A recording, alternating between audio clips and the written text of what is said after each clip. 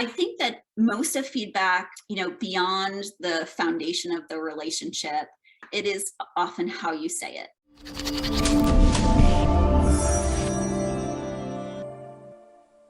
One of the things that I see inside fast growing companies, and you talked about this earlier, is, relationships first, outcomes second.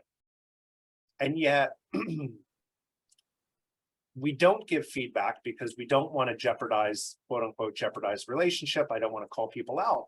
And then you have a negative impact to the business outcomes that are generated, which then creates a whole host of other problems that you have. What do you find is the right balance in that? And the reason that I mentioned fast growing companies is I think people try and give more grace inside a fast growing company, like, I know Kurt missed sending that PO, but he's super busy because we're up 50% this year.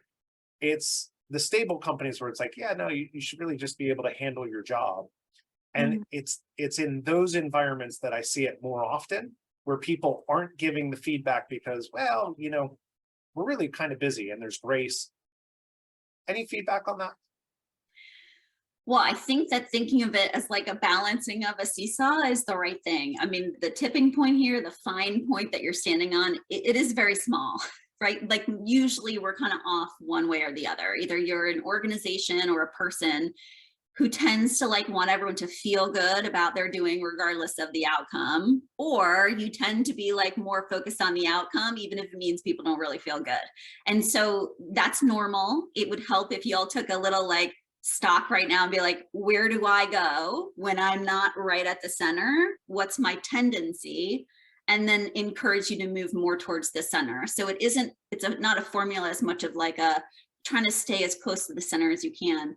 I think that most of feedback, beyond the foundation of the relationship, it is often how you say it. And so I teach different styles of communication, right? And there's passive and there's passive aggressive, which is my personal favorite. And then there's aggressive and then there's assertive.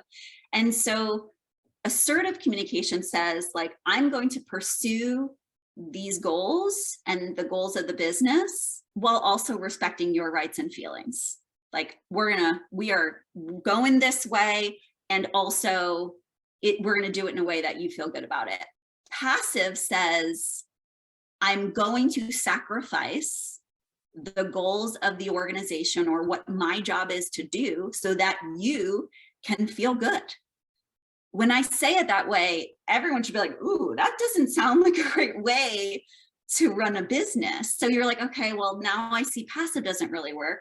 So then aggressive is, I'm going to pursue my goals, my objectives, and do what I need to do, regardless of whatever I got to do to you to get there, say to you how. So, and then we're like, well, aggressive communicators get a really bad rep. People don't like that either. Passive aggressive says, I know all of this, but I'm still not sure exactly how to say it right. And so I'm just going to kind of take some action and maybe skip the conversation and hope you figure it out. That's passive aggressive. So it's the how we do it. It's we want both. They rely on each other. How can we pursue our business goals and also bring everybody along feeling good and respected along the way? And that is the goal.